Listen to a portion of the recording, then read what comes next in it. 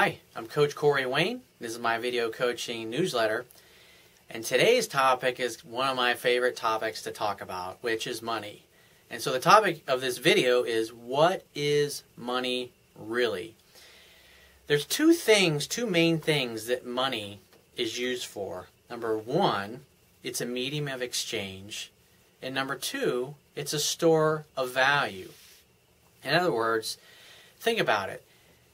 If the front door falls off my house and I'm not a carpenter and I don't have any skills to fix that, I need to hire somebody that knows how to fix that.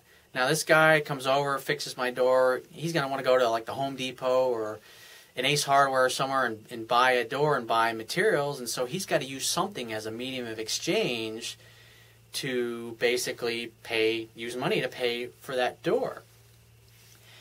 And it's very, in the old days, we used to use bartering. And so it becomes very awkward and very cumbersome. It's like sitting there trying to come up with things that I got that I don't really want anymore, that I'd be willing to part with to trade this guy for. I mean, you can imagine, like, I got a spare tire in the backyard for you, and I got half of this bologna sandwich that I'll give you, and I've got some old CO2 tanks in the garage that I'm not using. Can I trade you all that stuff? And you go and get me a door and fix my door. It's very cumbersome. And the other part is a store of value. It's like through your life as you're working and you save up your money, you want to have that money hold its value. Well, with the Federal Reserve doing QE2, QE1, basically printing money and giving it to all of the banks, what happens is over time it devalues the currency. I mean everybody can see that the cost of everything is going up, and it's because this money is being printed and given to the banks to bail them out, and then some of it trickles down to the rest of us. And so the banks are obviously making record profits, making a ton of money, where the actual physical dollars, very little of it is actually flowing down to the people, but yet it's still devaluing our currency. It's just like think about it like a Babe Ruth baseball card versus like a Joe Rose baseball card. Joe Rose for 30 years has been signing cards, so there's literally probably tens of thousands of his baseball card out there with his signature on it. So it's not really worth a lot. Whereas an original Babe Ruth baseball card that maybe had his signature on it or something, or that was like an original, there's only like 5 of them in the world, that's going to be worth a lot more money because it's scarce. In times past, we used gold and silver as a store of value because it requires a lot of work and a lot of effort to mine this stuff and get it out of the earth, whereas like paper, and they can just print it. And today with computers, since mostly everything is digital money, I mean literally they just go and type in a keyboard. Like if you go to your bank and you want to get a $50,000 loan to buy a new car, here's just something that will really blow your fucking mind and probably will piss you off. There's a saying that goes, the truth shall set you free, but first it will piss you off. And so if you go to a bank, you say, I need $50,000 for a car loan, they're like, sure, we'll lend you that money. Did you know that the bank doesn't even have that fucking money? They're not even lending you money that they actually have. That's the crazy thing. The way fractional reserve banking works is they take, because most of us, in the way I used to think, I thought you go and you borrow money from the bank, they're lending you money that they've actually got. That's not the case. With fractional reserve banking, like in the United States, it's about 10% is what the reserves has to be. So take your local community bank. Say they've got $10 million in deposits there. And all they have to do is have $10 million there, and that they're allowed by fractional reserve banking to create 10 times that amount of money out of thin air.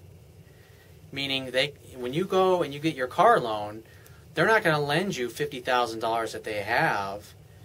All they have to have is $5,000 in the bank in a checking or a savings account from one of their customers, and they're allowed to expand the money supply 10 times. And so they create $50,000 because they've got $5,000 cash in deposit. And so they create this $50,000 out of thin air. They give you a loan for $50,000, and then on top of that, not only do you owe the $50,000 to them, which they didn't even have to begin with, but now you owe them interest. And so the problem with our monetary system is everything is debt. I mean, we're in debt up to our eyeballs. We got credit cards, we got car loans, we got home equity lines. You've got commercial buildings got loans. Now you got the governments. Every government is in debt. Everybody's borrowing money. I mean, you look at student loans. It's like it's the only way that money can get into the economy. The way it used to be done, and the way that the reason that the whole Revolutionary War was fought, was that basically the government, the people, we the people get together and they decide how much money is going to be created, and then that goes for infrastructure. Like you use that money to build a highway system that then you can charge a toll for, and that money, since it's we the people, you create a toll road, money that's created out of thin air, basically, and then the revenue from that goes to the state and the local governments, and that's what they use for revenue. In other words, when you create money out of thin air, instead of using it and pissing it away, you use it to fund things that can create revenue streams for the counties and the cities. And the reason that the power to print money and determine how much is created and where it goes to resides with Congress is because the way our founding fathers intended it was we would send members of our communities to Congress to say, hey, we need a park, we need this, we need that. It's really important for infrastructure.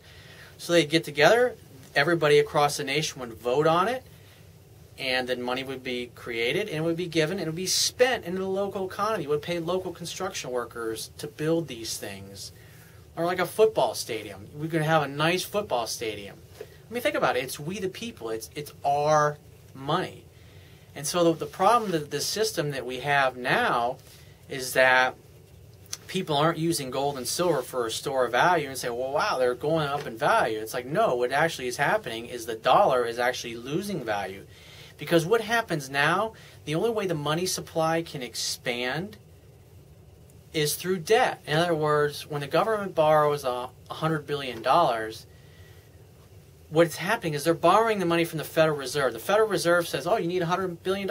Awesome. They go into their little computer, they print it up over at the Treasury creates a government bond, then they give the bond to the Federal Reserve goes in and puts $100 billion into the bank account of the government, and now the government spends that money. And the problem is that there's always more money that's owed than was created. Why? Because it's debt, and since it's debt, it's always owed with interest. So every time the government borrows more money, there's always more owed back. I'm going to put a great documentary that you should watch. It's called The Secret of the Wizard of Oz. And Bill Stills has spent a lot of time going through and researching money and monetary policy over hundreds of years. And he even goes over to England where he looks at tally sticks back in the old days, 300-400 years ago, when the kings weren't using gold and silver. What was happening is they would take these maple sticks and they would split them, because maple would split, it never splits the same way, and so and they would put these little ridges on there, and those ridges were equal to the amount that was borrowed or lent out or given or whatever, and the economy was booming, everything was great. Well, the problem that we have now is that, and if you look and you study the history where Thomas Jefferson or Andrew Jackson got rid of the first and then the second national bank, respectively, which is equivalent of what our Federal Reserve is, which the Federal Reserve Bank, which prints all of our money, they print our money, then they give it to the government. They lend it to the government. And then now the government is in debt to this private banking cartel that is owned. It's not owned by the people of the United States. It's owned by the private banking cartel, and it exists to service the banks. And so you've got J.P. Morgan, Bank of America, Citibank, HSBC, all these other fucking banking interests that are these offshore bankers that basically sit on the board of governors for the Federal Reserve System, and they decide who gets our money and where it goes. I mean, it's fucking... Why should we pay interest on our own money when we can simply create it? And what I believe that we should do is we should do away with fractional reserve banking. You know, people say, well, you're just creating money out of thin air and give it to the politicians, they'll just piss it away. It's like, what the fuck do you think the banks are doing with that money? They're printing money out of thin air. For every car loan that you get, every business line of credit you get, they're lending you fucking money that they don't even have. They're just going and digitally creating it on a computer. I mean, what a hell of a business. You got no product. It's like all it takes, the labor that created is somebody punching in the keys and then debiting your account. Now, if for some reason you borrow that 50 grand and you don't pay it back, obviously the bank has to take a $50,000 loss in the loan against their P&L statement. So that's how it balances out.